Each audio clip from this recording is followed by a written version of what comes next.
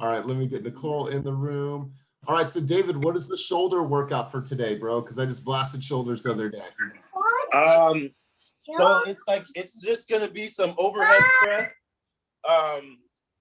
I mean, honestly, there's just gonna be whatever. I don't really. That's the next thing on my to-do list is get like an actual workout plan. I kind of just go in there after my mile is ran. I kind of just fuck around with the weights and see what's going on. You know what I mean? Okay. But so if anyone has a good workout plan for me, please send it on over. I'm always looking for better and new workouts to. I will give you a shoulder workout that will make your arm shake afterwards. I love it. I love it. All right. Please All right, do. guys. Yeah. I would recommend looking at fitnessblender.com. They have a lot of free videos of amazing routines, and they range. You could just search, if you want to do arms, if you want to do Pilates, you want to do yoga. It's kind of nice. Perfect. Awesome. Perfect. Well, thank you. Yeah, I'll be sure to check it out. Awesome. Good stuff. All right, guys. So let's go ahead and get started. As more people come in, obviously we'll get them in the mix. But I see some new faces here today that I have never met. So Crystal De La Rosa. So Crystal, how did you find out about group coaching? Welcome, by the way. Hi, thank you. I'm with the Wire team. Oh, you are? Okay, cool. So you're with Katie Day. Yes. Awesome. Awesome. Well, we have Katie Ray out here that has been a part of our environment. She's actually right. Offices and stuff. So cool. How are things out there with you guys? I actually just joined the team like 2 weeks ago, so I'm new. So Katie did tell us about your meeting, so I just decided to hop on and see what I can get out of it. You'll see a hey Jen, can you mute your phone or mute your computer? I'm getting a little feedback. It's muted. Oh, no, it's not. Because we can hear you. Well, I just unmuted. Try again. All right, perfect. So you guys, sorry, I lost my train of thought for a second. Welcome nonetheless.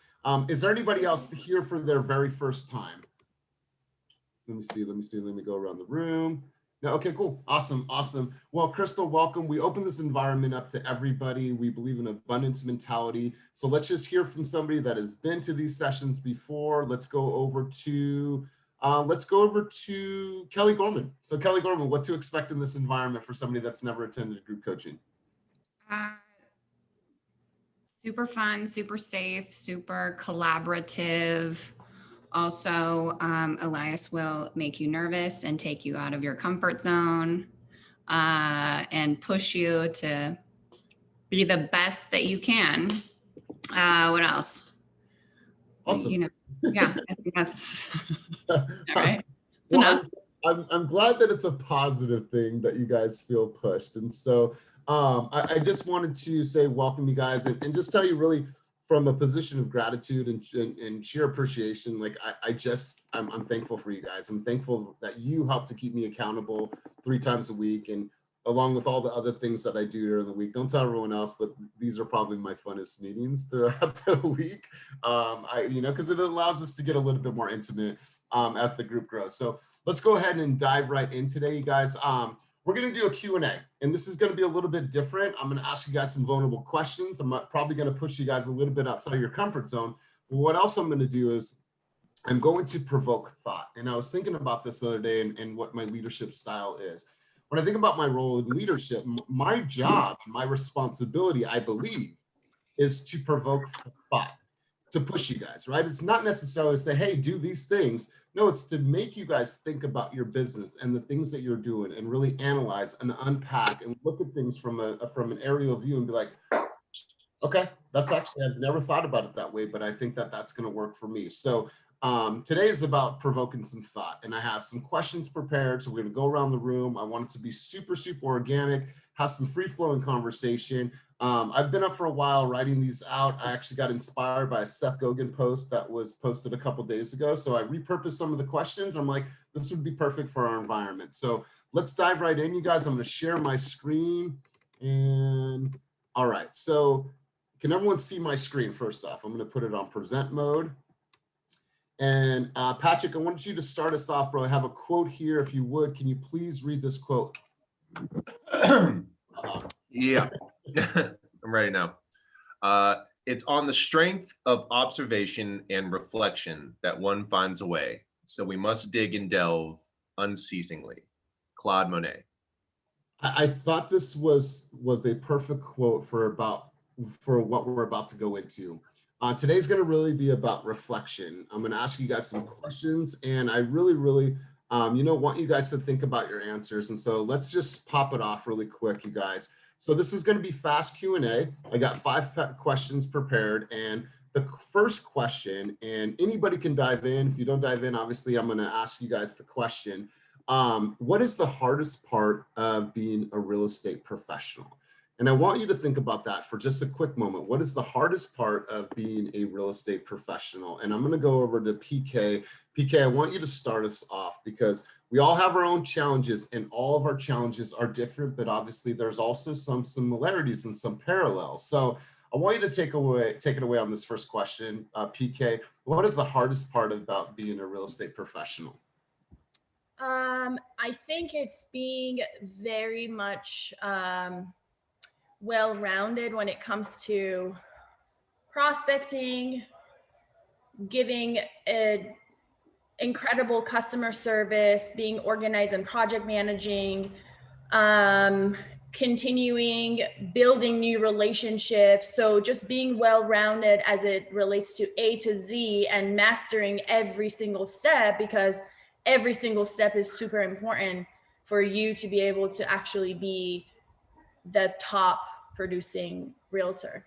Awesome. Love it. I love it. And let's stay on this question for a while. And I want to go through, PK is relatively new. We have some people that have been in game for a while. So let's just go around the room. So let me ask Jen. So Jen, obviously I asked you this question earlier, but what is the hardest part of being a real estate professional?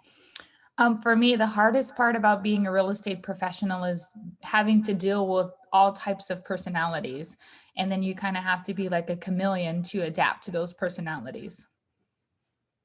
Yeah, I agree with that. We were actually having a conversation in Brentwood yesterday, and Kathy Daniels, she's like, well, my love language, if you're going to equate like personalities to your love language, she's like, I'm total the nurturer, right?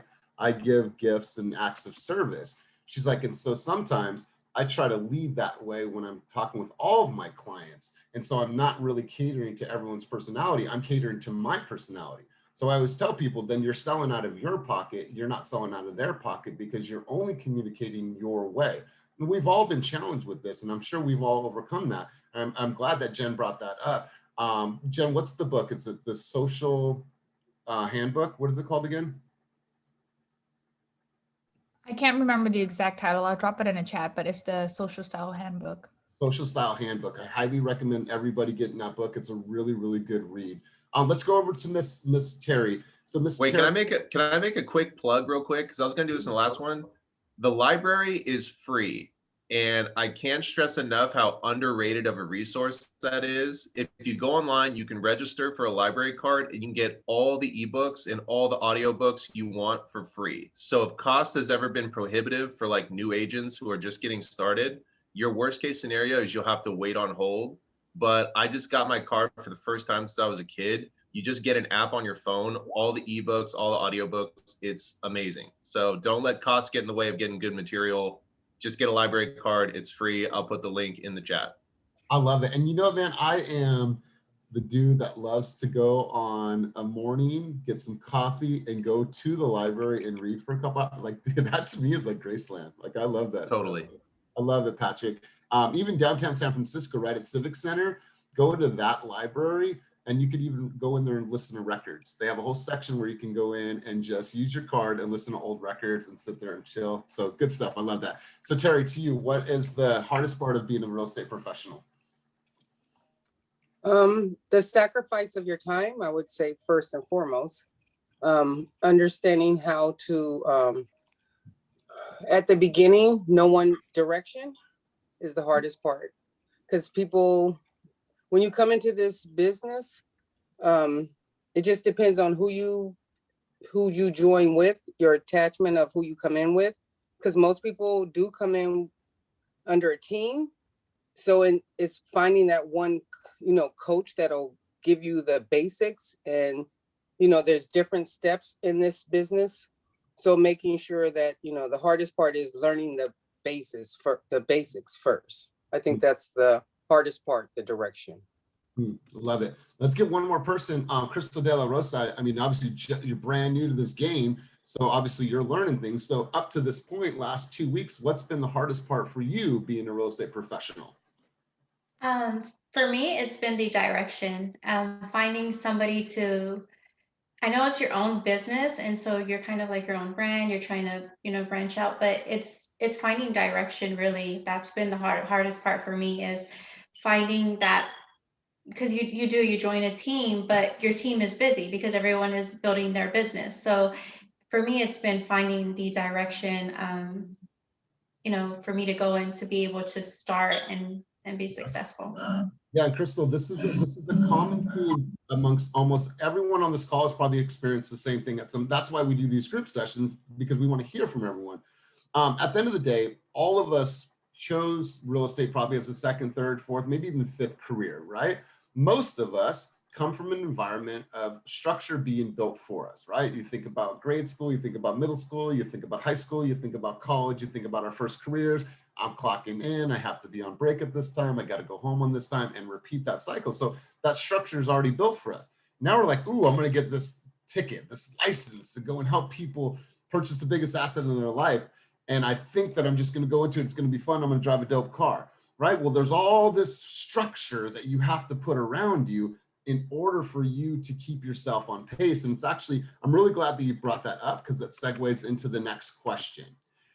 So let's talk about time, and we're going to do a quick time audit right now. And if you were on coaching a couple weeks ago, we had this conversation, and I'd be remiss to not continue this conversation for this call.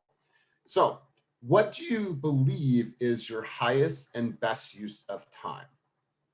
If you did a time audit, time versus your priorities, are you spending the majority of your time on your priorities? If no, why? So are you spending the majority of your time on your priorities? And if not, why? So let's go around the room. I want to ask somebody a question. Let's go over to Kevin Magna. Kevin Magna, if you were to do an audit right now versus like all the things that you have on your priority list versus how you're actually spending your time, how does that pan out? What's that percentage look like? Hi, good morning.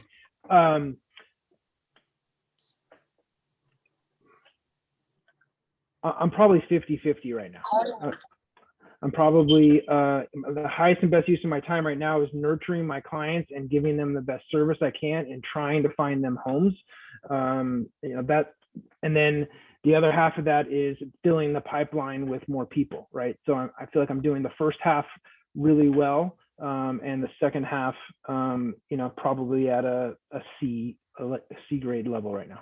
Dude, I really, really appreciate you being honest and transparent. So what are things that you're doing right now that you could be doing that you could be replacing with priorities? Like, what is time suckers for you? Like time wasters for you? Things that you're like, oh my God, why the heck am I doing that? If you could identify some of the things that are not priorities, but are taking up and consuming some of your time, what are some of those things?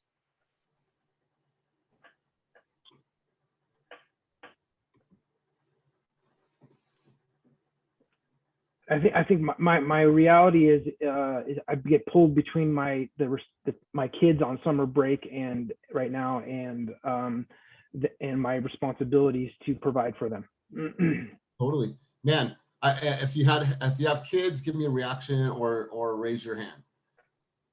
When we went into pandemic, it was summer break for 8 months. Felt like, right? I was at home with Silas. His mom worked at a bank, so the bank didn't close. So I was at home, right? It was summer break all the time. So Kevin, you are definitely not alone, because they want you, they need you, you're there, but I'm really not here, kids, right? I got to work, man. So dude, that right there is something that we are all, or a lot of us have faced, man. So really appreciate you being vulnerable. Nicole, how about for you? Let's do a quick time on Nicole Capel. Let's do a quick time audit. When you think about your priorities versus your time spent right now, let's do an audit. How does that look for you? Are you spending the majority of your time on your priorities?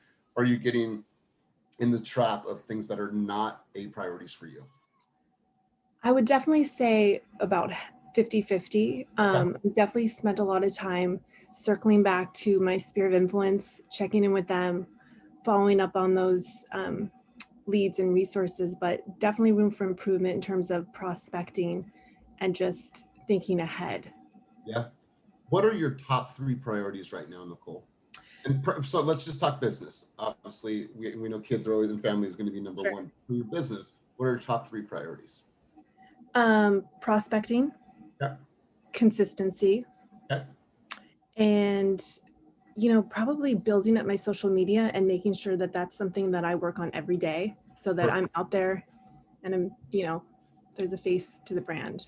If you those 3 things that you just said, if we pulled up your calendar right there, are those on your calendar? On my paper calendar, I need to be better about my actual. It's cool. And I'm kind of old school in that way. I love like the paper calendar, so I do put those things on the calendar. Don't get me wrong, I love that. Ryan, he is a whiteboard dude. Christina Pineda, whiteboard person. However, you got to find a way to be able to take that with you wherever you are, and be able to have that. So if that is a priority, then you need to make that, you need to systematize that in your life, right? And you guys have seen this before, but I'm going to show you one more time. Hang tight. All right, so I'm going to show you guys something. And people are like, oh my God, why do you show this? Because it's important. I have to unpack everything and look at my calendar and my priorities, and I have to plan everything. All right. So are you there still, Nicole? So check this out. This is the week. Obviously, I'm looking at all of the team events and all of my personal meetings that are in red. So the yellow and the red are all of my meetings that I have to do throughout the week, right? So I have to make sure that I prioritize my time. My priorities are driving production of this team. So I think like, do I want to sit back and review documents and review contracts? Hell to the no. It's not my strength. I don't want to do it, right? So we compartmentalize when we built our leadership department, said, okay, Karina, let's have you focus on those things because you're the Oracle. Onboarding, that's going to be Molly. Julie will do this. I'm going to focus on driving production. So then when I said, what are my priorities? I was able to put down a calendar together and be able to be consistent with that, right? Consistency is everything. So I really, really appreciate you saying that. So let's go to one more person. Let's go over to Miles Tillman. Oh, go ahead, Ryan. Ryan's raising his hand. Go ahead, big dog. Sorry, I just wanted to talk on this because I was actually reflecting on this earlier. So a couple things. One, I think it was Nicole who was talking about her paper calendar. Like Elias said, I write stuff on my whiteboard, but every day I transfer it to my phone calendar. It's just inevitable. The phone is the one thing we have with us 24/7. So I totally get like the old school methods. I love them too. I love it being visual, but I just transfer it to my phone every morning. And then the next thing is like one thing that I know I have to go back and do is like take the priorities like prospecting and all that, but really drill them down to specific KPIs or key performance indicators, right? So these are the activities that go to the priorities. So I would urge everyone, myself included, if social media is a priority, what is the social media activity you're going to do every day? I need to post 2 stories and 1 Instagram feed post. If you get that granular, I think that will help you realize, okay, like this is my to-do list for the day. And then to your question, last point, I would say the time suckers are like, for me, I literally realized doing laundry is the longest chore of all time. Like it's funny, but I literally hired my mom last night. I was like, Mom, I'll come to the house every 2 weeks and give you $75. Will you do my laundry? Hey, bro, I'll pay her 150 if she'll do mine. Yo, hey, Ryan, I've been doing laundry for the last 4 weeks. Like, it's never ending. I was like, yo, I'm over this shit. Like, real talk. I was like, Mom, I'll pay you. I'll drop it off, and then I can leave and do what I need to do. So it's like, you know, I get where, and I'm not balling, right? I'm early in my business, but that's something small that I can outsource to free up my time. I was doing laundry for 5 hours. I could have been doing way more productive shit. than folding my clothes. So yeah, that's one thing for me. Sorry. No, and I love that because we break that down, right? H.B.U.T. It's the highest, best use of my time. It's like, why am I spending 2.5 hours trying to figure out how to position Canva and I can't get the lines right? I can't figure, why am I fucking doing this? I'm not a creative designer, right? So it's like I'm throwing my time away to something that I can outsource within the team and have it done to look really, really good for me. So Ryan, I'm with you. I love doing the laundry. It's the folding of the laundry that is the time sucker. So awesome, man. Well, I appreciate you talking about that. Let's go to one other person on this. Let's go to Amy. Amy, right now, if you do a time audit and you look at all of your priorities versus how you have been spending your time, what does that look like? Are you spending the majority of your time on your priorities? Right now, I'm brand new, so that's part of the going back to question one. I'm still like knowing what my priority should be. I know that my priority should be prospecting, but I still haven't learned how to do that yet. So I'm like, I want to get to a place where I have this, or I have things on my calendar that aren't laundry and kids and and I also have a bad habit of, well, it's not a bad habit. I have other priorities, like I'm a painter, so painting is very important, but it can be real sneaky where that becomes too much of a priority. Right now, I'm trying to create my own business in real estate, and I can't let my first passion of art hold me back from what I want my new passion to be, which is real estate. So I'm in that part where I really need to decide what my priorities are and really make time for them every day. So this is a great question. So Amy, for you, the best thing that you should be doing right now is listening to best calls. You'll be able to hear your brothers and sisters on this team actually making prospecting calls, right? Listen to every team's calls, listen to people that have recorded their calls. So you'll be able to get a sense of how the flow works. And then after you've done that, you've kind of primed your mind. Maybe have a conversation with your husband, right? Warm up, right? You're not just gonna get on stage and start singing. You warm up with your husband or warm up with one of your brothers and sisters here. Hey, can we call each other for like 20 minutes just so I can get warmed up and get the butterflies out of the way?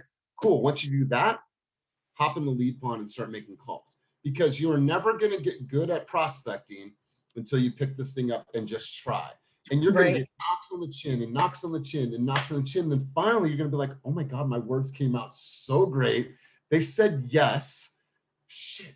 Okay, Tuesday? Yep, absolutely. Wonderful. I'll get that all. Yep, I will see you then, Tom. Perfect. I just booked an appointment. Oh, babe, I just booked an appointment, right? It's going to happen. But the only way that happens is by you just facing it, right? Be like, I got to go in. The only way you're going to get good at prospecting is by doing it.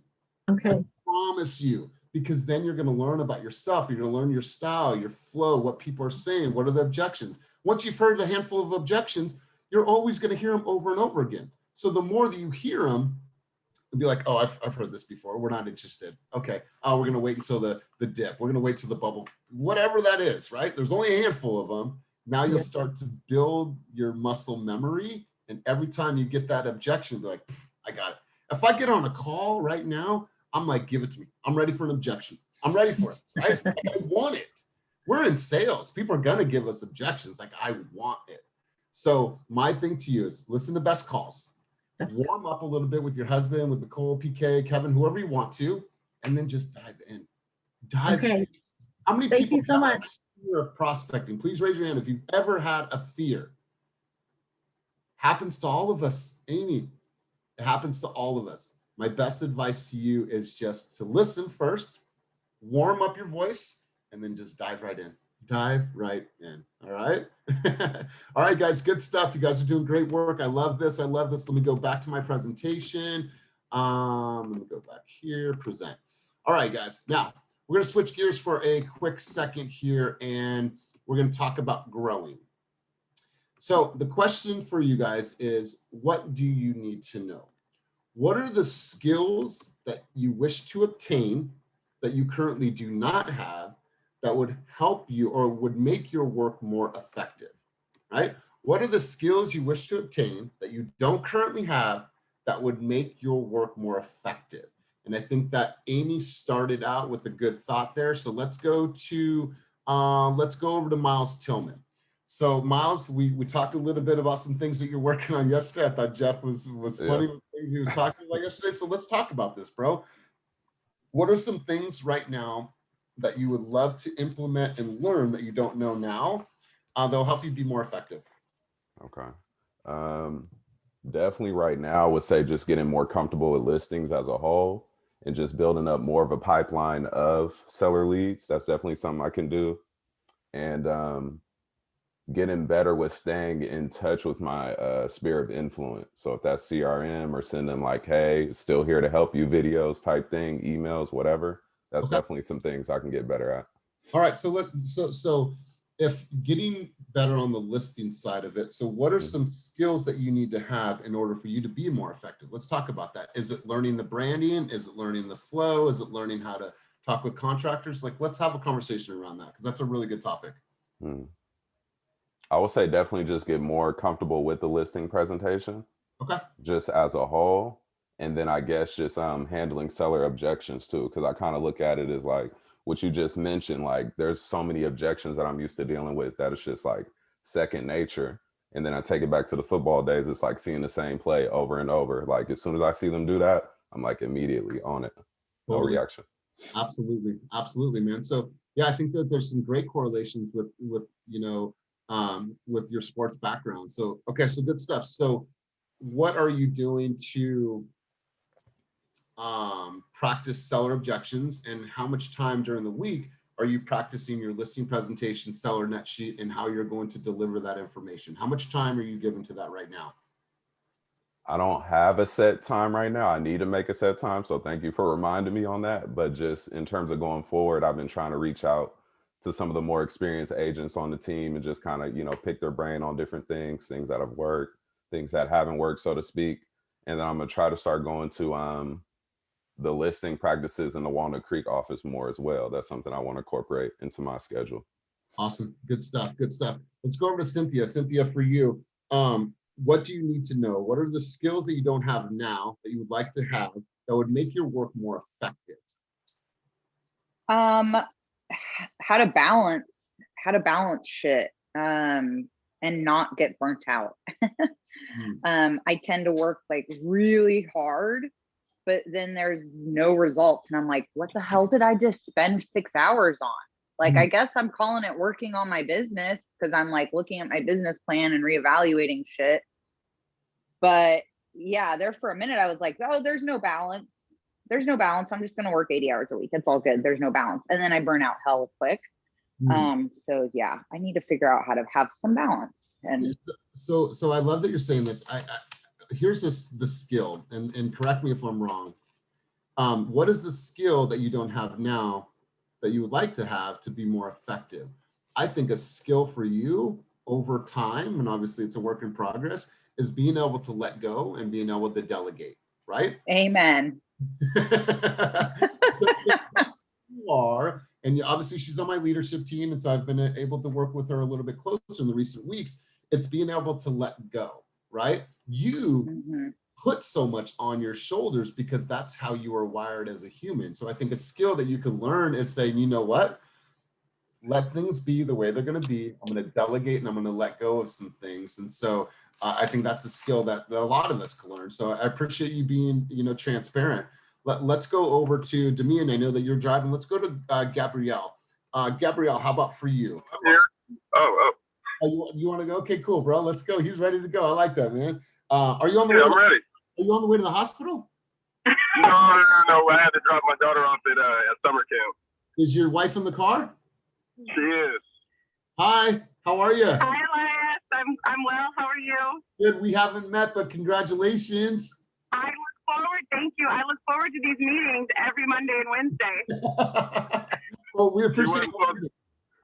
She wasn't supposed to tell that I have her eavesdropping on all the meetings. I love it. I love it. So the baby's supposed to be here yesterday, you guys. So he told the baby to not come out until a couple days. So hopefully the baby will be here the next couple days. So Damian, what are some skills that you need to incorporate that you don't have now that will make your work more effective?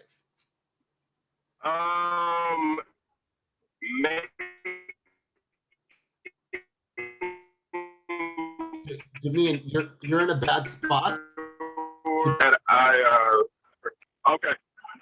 We'll come back. No, we'll come back to you because it's spotty. Let's try one more time, and then if it's not, I'm going to mute you and move on. So let's go one more time. Go, bud. Okay, can you hear me? Perfect. No. Perfect. I can hear you. Oh, okay, good.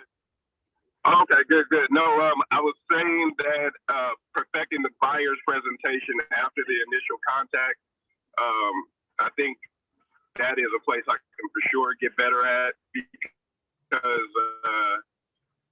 like I'm so used to doing the buyer's presentation on the spot and asking all those questions. Like I've gotten too set in my ways, and I've seen how effective it is when I do get them on Zoom. Like I just did one yesterday, and I've seen how much more of an impression I left on the client by doing that initial follow-up in the Zoom call and everything. So I just got to get better at being comfortable asking for that next meeting. I love it, and I love that you're saying this to me. Because again, you get. Sorry, bro, you're going in and out, but I think we got the gist of what you're saying. For the buyer's consultation, to give you guys some thoughts on this, we never did the buyer's consultation via Zoom pre-pandemic. Since pandemic, we have probably, Jen and I have probably done that presentation about 200 times. I could I could not see us in the future not doing it via Zoom. I think it's just a great way to do it because when you're at the house, there's so many other things to talk about. You're building rapport, you're showing them the homes, you're showing them the details. And then for you to go into, well, here's what a contingency is, here's what an EMD is, here's what a sewer lateral and a sidewalk ordinance is. It's just like, oh, so much. When you're doing that in front of the home or in the driveway or in the kitchen, who are you catering to? You're catering to the auditory learner, right? Well, I might be a visual learner, or I might need some time to connect with you because I'm a kinesthetic learner. So I feel what the buyer's presentation via Zoom does is it allows you to really spend that time in knowing who your audience is, right? We spend the first 10 minutes, Jen's like, just do your thing and chop it up with them. We spend that first 10 minutes just really building that relationship on what we did at the home. So I believe 100% in the effectiveness of the buyer's presentation. I promise all of you guys, if you don't have a buyer's presentation now and you incorporate one, it will make your job more efficient and more effective. So Damian, I appreciate you hopping in on that. Let's go one other person who wants to hop in on that question. What are skills that you don't have now that you'd like to get in order to be more effective? Go ahead, Christina D. Knowledge. I'm so new and there's so much I don't know. So I feel like I'm reading as much as I can, but it's still not enough. And I'm very eager to get like the whole process from A to Z down. So I don't know if knowledge would be a skill, but that's, I just wish I could take like Jen's brain or your brain and just put it all in my head. But you won't. And my advice to you is the same, I think I've said this to you, just breathe. Like exhale. Seriously, exhale. You are study, taking it all in. You're trying to learn as much as you possibly can. What I want you to do is just start going through the process, right? You can't expect to learn everything right now. What you can do is you can start diving into the process. And as you're in the process, you're going to learn, right? You crammed all this information in so you can pass that exam. Now you're trying to cram all this information in so you can get your first sale. Trust me, you have something great already. You have communication skills. A lot of people are still learning that. So don't overwhelm yourself. Breathe. It will all come to you. You have tons of support around you. You will learn in a very, very productive way. Don't overwhelm yourself. Don't overwhelm yourself. It's all patient. Promise you. Promise you. It's hard on myself. I feel like I'm never doing enough. That's something I've struggled with for so long. I'm like, it's not enough. It's not enough. I need to do more. I know someone that's guilty of that. I know someone that is guilty of that. So But that's good. I mean, being an overachiever is a great quality, right? But you also trust the process. Yeah, Things right. are coming. You I have do. to- I'm just excited, I guess. and it shows. And I think that you're doing a really good job. So good stuff. All right, guys, let's shift gears. I got another question here. And go back to my presentation. All right, facing your fears. What's the most scary part for you? Which outcomes or interactions are you trying to avoid thinking about or doing, and why? So let's have that question or have that conversation. What is the most scary part for you, and what are things that you try to avoid or interactions that you try to avoid? Let's go over to Johnson. Johnson, are you there? Yeah, I'm here. So let's hear your feedback on that question, brother. Wait, can we go over the question again? Yeah, let me pull it back up. All right. Here you go, brother. What is the most scary? I guess the most scary part for me is as a new agent, like, what if it doesn't work? What if none of this, all this work that I'm putting in, like, it's just not gonna be, it's just not gonna work. Yeah, dude, I totally hear that. You know how it works, why it doesn't work is because people say that they want to do this business and they want to commit to it and they say they want to commit to it and they show up, but they fail on their commitments, right? It's one thing to say, I have a goal and I want to be successful. And it's another thing, Johnson, to say, you know what, I am 100% committed to this business and this is what I'm going to do daily in order to get there. It's when people put their commitments to the wayside that they fall short of success in this business. Everything is rooted in your commitments. Throw the goal. I mean, the goals are great. It's a good, I'm reaching towards that, but that goal doesn't mean shit unless you have commitments every single day that are burning, right? Every single day. What am I committed to? And here's the thing, man, it takes patience. Jen went last year, 5 months without an escrow. Did $20 million in business by the end of the year, right? Because, and when we have all this doubt that enters, if I'm working my ass off and I'm running my offense and I'm doing my commitments every single day, my success is inevitable. It really is, man. So Johnson, good stuff, man. What else? Anything else? I mean, I guess that's pretty much it for me, yeah. Man, I really appreciate your vulnerability. PK, how about for you? What's the scariest part of this for you? I was actually just writing to Christina this really long ass message because, well, first of all, for me, for the longest time, it was rejection, fear of rejection. So like cold calling for me was the scariest thing ever. It still is.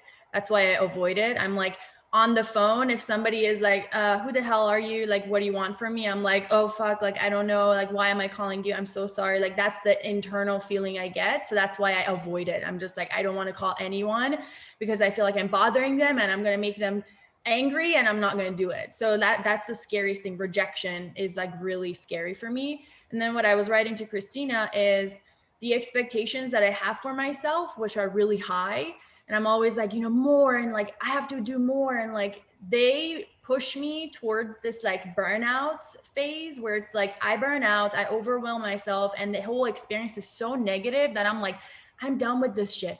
I'm out. I quit. Like I do this to myself. I've done it so many times that with real estate, I'm pacing myself. Cause if I say, fuck this shit, I'm out, I don't know what else to do. So like, that's why now I'm like, every time I'm pushing myself to get to that negative kind of like, I need more, like, what the hell am I doing? I suck at this. Like, I'm just like, stop. It's a long-term game. You're not here to win for like 1 year and like make a bunch of money and like quit. Like this is your career. Just pace yourself and expectations. And as you said, trust the process. So that was from the previous question. Awesome. I love it. So Ashley, you have your hand up. Ashley, we got to get Ashley a Zoom light. Oh yeah, I need my light's off. It's not working in my No, office. I'm just busting chops. Go ahead. So I contrary to Johnson, my biggest fear, and I know this, like PK was saying, I'm so fearful of being burnt out because I was like an overachiever in school, an overachiever in college, and it was just like I am so scared to be having those 5 a.m. mornings and then 10, 12 p.m. nights or a.m. nights. And it's just like, I am so scared of, what if it does work out? What if I'm stressing out again? What if just like going back to that, it would be like, it would, I don't know, especially as a newlywed, as so many changes, new to the Bay Area, new, and of course I'm scared of it. What if it doesn't work? But most of all, I'm fearful of it working and me getting back to little to no sleep. Just all those things that are just like, I saw your message yesterday, Elias, and it took me until this morning, 5 a.m. to answer back, to be like, am I ready? Can I do this? And it's just constant battles with myself to even get myself to talk to, to talk to the camera right now. And just, it's just like, I feel like I'm behind myself and pushing myself, because I love this. I can talk about real estate all day, and I'm getting my TC certification and I'm putting in the knowledge, but I'm like, it's like when a little kid touches water, but he doesn't want to go in, like, okay, nope. Yeah. So that's how I feel right now. But yeah, that's wow. I really appreciate your vulnerability. So let's first off, let's send some reactions. Let's send her some love, because I told she wants to get in the lead pond. What do you have to do to get in the lead pond? You have to do a one-on-one buyer's presentation with me, or have a couple of us in the buyer's presentation. So let's give her some love. You got this. It's okay. It's a friendly environment. I'm here to help you get better on your communication. Promise you, right? And I appreciate you being vulnerable. And here's the thing. Success is scary for a lot of people. Some of us will make more money than we've ever made in our life, right? It's going to change our life. We might have to sacrifice some of our time, but if you're cognizant of that now and you say, you know what, I'm not going to let my health waver. I'm not going to let my time with my hubby waver. I'm not going to let my, my family time waver. And I'm going to build a business based on what are my priorities. Then you won't get pulled in all these directions that are going to be the worst use of your time. So you're cognizant of that going in. You already have some sense of balance in your family.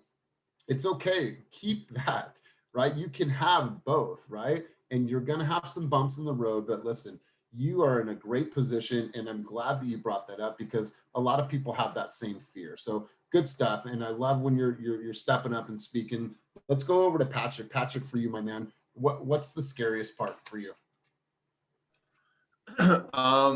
Well, I mean, I think throughout my entire life, fear has been always one of the most powerful motivators. And I can probably trace all of my great successes throughout my life in any different field directly to the fear of letting people down, or the worst case scenario populating my mind. And I think I've alluded to this before in one of these meetings where, like, sort of when your back is up against the wall, like it just triggers this like extra turbo boost that just, will catapult you into superhuman feats. Honestly, my biggest fear is running out of runway financially, and like either having to leave the team, or probably more likely like having to just take another side job again. It's terrifying. And if I didn't have this client right now who, knock on wood, is so hot and so close to buying, like I would be really, really terrified. And it's a fear of mine because, I mean, like PK said, it's like, this is an opportunity that I really wanted to go all in, that I am really going all in on. And I believe I have the skill set for it. I have to outsource so little because of all the skills that I've built up over the last 10 years. And so for me, it just seems like a slam dunk perfect fit. But, again, I think you hit it on the head. It's all about sort of the accountability, you put in front of you. I would say my biggest Achilles heel throughout my entire life has been related to whether or not I can pick up the phone and dial. And I've been doing it a lot more than I ever have in my entire life this year. And so staying consistent with that is mission critical for me, because I can't afford to fail. Love it. I love it. You guys, I have so much fear, and you guys are not alone. Like, I'm not fearless, right? But I've been able to face the fears. When I came to join forces with Kenny and came back, after we parted ways because Climb could shut down, Kenny's like, I can't pay you a salary. I can't. He's like, we're not there yet, right? I can't pay you a salary, but what I can do is I can pay you and reward you on how the team succeeds. So he's like, if you're okay with that, then let's do this, man. Let's build and let's grow together. Right. So I had guaranteed salary. I have a 2-year-old son. How am I going to provide for him? He can't go without. I can't not have my rent paid and food and everything. So Patrick, I had that same fear, but I said, you know what? I'm just going to work my ass off, and I'm going to believe in this, and I'm going to believe in the team. And you guys, I wake up every single morning before these calls. And a little secret, I am always fearful that nobody's going to come to group coaching. And so I always wait to watch the waiting room to see who's coming in. And so this is part of staying humble, right? I don't expect for anyone to show up. I expect that I'm going to provide the highest amount of value, but it always gives me a little bit of anxiety. And so I'm scared every day. I'm scared every day. I'm scared every day that you know, like it's no one's going to be here, no one's going to, you know, come, and I'm not going to get that one person bobbing their head in the room. I'm scared every day. But you know what? I face it head on, and I say, bring it, bring it. So it's okay. I'm 6 years in the business. I'm almost 20 years in the leadership role, and I still have fear every single day.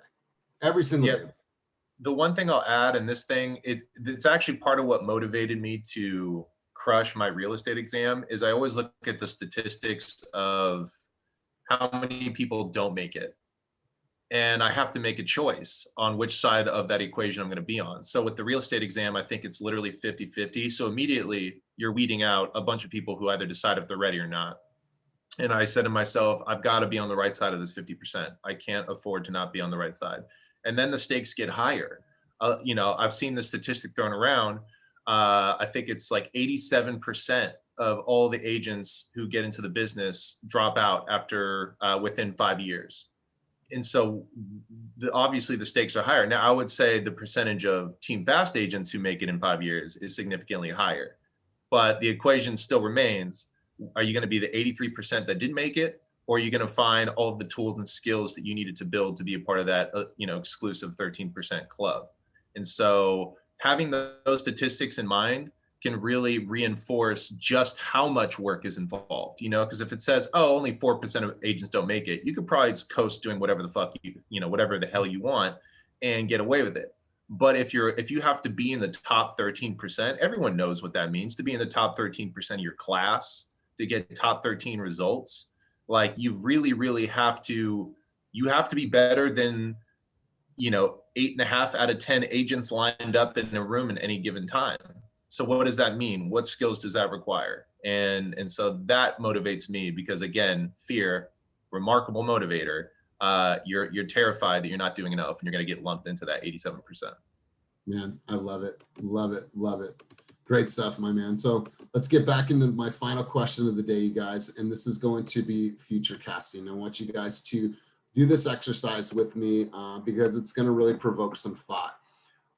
If you were to prioritize your time, learn the skills that you desire to be more effective, face your fears, and create that crystal clear vision for your business, when you close your eyes for a minute, and I want you to futurecast with me. How does your business look 5 years from now? Who has your life positively impacted, and who have you become? I want somebody that hasn't gone to answer that question for me.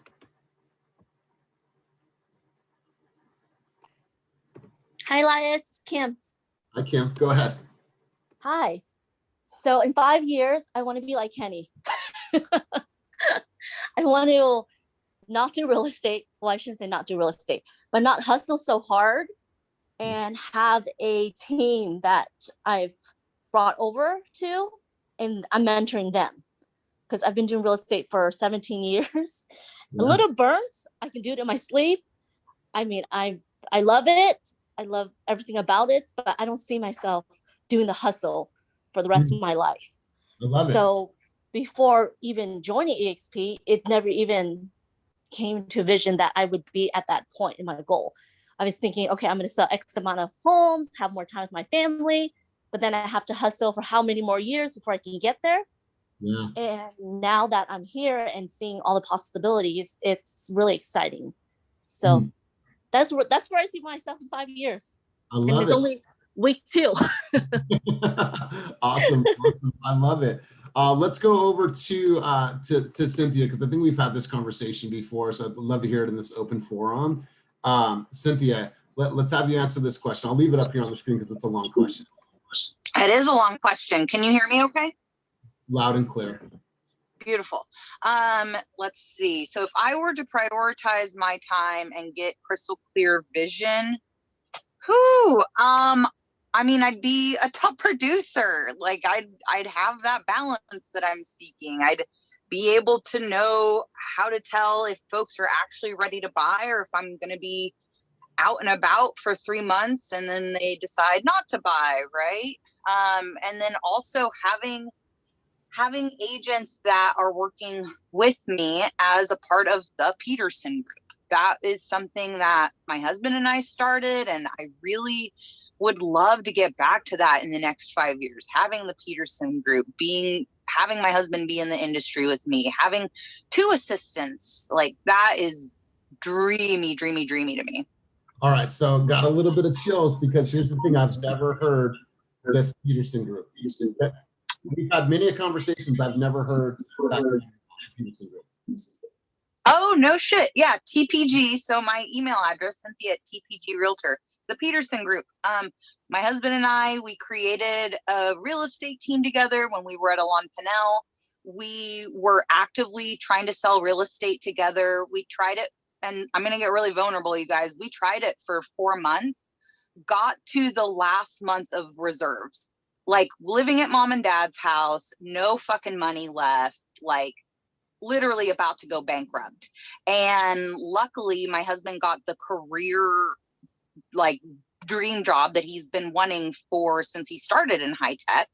And that was able to pull us out. And then I started producing again. And now we're back to stability, but it's tough. Like we did have to make a sacrifice and have him go back to high tech. So trust me when I tell you guys, like, this is a process. It is, someone put it in the chat earlier, it's a marathon. This is not a sprint. You really have to dedicate yourself to the career and to the process. I love it. I love it. Appreciate you sharing. Jen, did you want to hop in on this one? Sure. Let's see, 5 years from now, I'm hoping to just work mainly with sellers.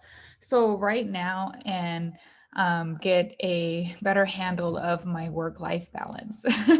So yeah, and who would be impacted? So in 5 years, I'm hoping to work with more sellers, so that will free up time for me to be more, to jumpstart my sponsorship. I'm getting feedback, Elias, so it's really hard. Okay. Yeah, so I really want to start giving back to the community. So hopefully in 5 years, I'll be working more listings and just SOI and referrals, and I'll be able to give back to single moms and help them become entrepreneurs. And obviously my family and my boyfriend, if he's still around, will be impacted by this, because then they will, that will free up my time to have a better work-life balance. Yeah. Well, I'm going to publicly declare, okay, if I'm still around in 5 years, I will not be your boyfriend. Just going to throw that out there, all right? Just kidding. All right, let's go over to Amy. So Amy, I'm sorry, Amy's already gone, so let me call on somebody else. I want to make sure that everyone has a good chance to talk. Let's go over to Martinique. Martinique, are you there? Right, here, driving. Oh, okay. You know what, Martinique, this is a pretty long question, and so I don't know where you're at. Service might be spotty, so if it's too spotty, I'm just gonna move on to somebody else. But futurecast with me. If we were able to do all these things, face your fears, be more effective, have a crystal clear vision for your business, what does your business look like in 5 years? Flourishing. I am a full-time realtor. I am free from my federal job, and I'm a top producer. That's what I see. I love it. I love it. I love it. Let's go over to Crystal De La Rosa, being, the newest person on this call today. If you were able to do all these things, close your eyes for a minute, futurecast. How does your business look 5 years from now? Who has your life who has been impacted positively by your success, and who have you become? Let's have this conversation.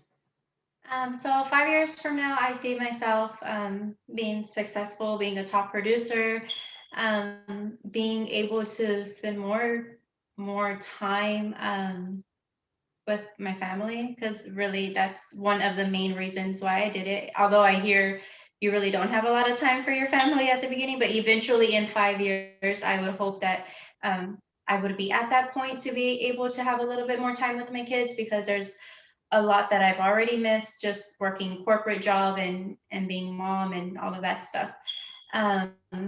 And I also want to start a nonprofit. So I would hope that that would be something that I can do and be successful at in 5 years as well. But definitely be a top producer and have so much more knowledge, because like I said, right now, I still feel like I need so much direction. I need a lot of guidance. And I hope in 5 years that I have all of that, so that I can help people that are going into the business and be able to be a blessing to other people as well. Love it. Absolutely love it. Let's go over to Gabrielle. Gabrielle, same question for you. Let's futurecast. And somebody needs to change their battery in their smoke alarm. Just saying. Yeah, okay, let me see. In 5 years, I would like to feel very calm and secure in the success that I will have and continue to have by then, because as a brand new agent, I feel a lot of insecurity around that right now, which I think is, of course, really understandable. But yeah, I want to feel calm and secure and have a nice routine in place, so that every day isn't like, okay, what should I do? What should I do? Like I'll know what works, what doesn't work, and when to do certain activities. And I would definitely like for my family and my community to be positively impacted. I like to be involved in my community as it is, and would love to expand and to help them with real estate related things as well. So yeah, I think definitely having an impact on my community and being more confident and calm and secure in my success. Yeah, I love it. I love it. When we think about this in futurecast, and like look at Kim's example and her, wanting to build a team so she can, kind of branch away from just production, grinding, and then be able to have people working for her, and that she's teaching them all the things that she's learned. Jen wants to sponsor the Mother Hustlers. She wants to launch this group called the Mother Hustlers that helps inspiring, moms and entrepreneurs get into this business and help them and essentially build her downline. And if she builds the way that she's going to have supplemental income that, can help her, stop the grind of working all the time with buyers, and then be a mentor and make supplemental income by helping the brothers and sisters on the team. So I love this, you guys. I love this conversation. So many great things came out of this conversation today. So I want to hear a couple of key takeaways from everyone. So let's go over to is it Patty? Hi, Patty. All right, so Patty is on mute. So Janique, are you there? Okay. All right, so that's why I like the cameras on. So Miles Tillman, what were some of your key takeaways from today's session? All right, some of the key takeaways from today's session would definitely be time blocking, for sure. Prioritizing your activities, like what's the most important to you right now?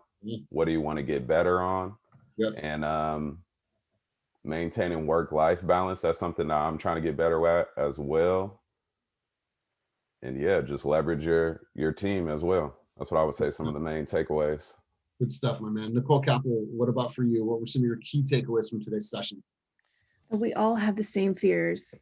Yeah. So, we're all nodding as we're all sharing, and we all can relate to so many of these things. So just face them fears. We're all in this together. Lean on your brothers and sisters in your team, because you're not alone. I love that. Lauren Howard, how about for you? Takeaways from today's session?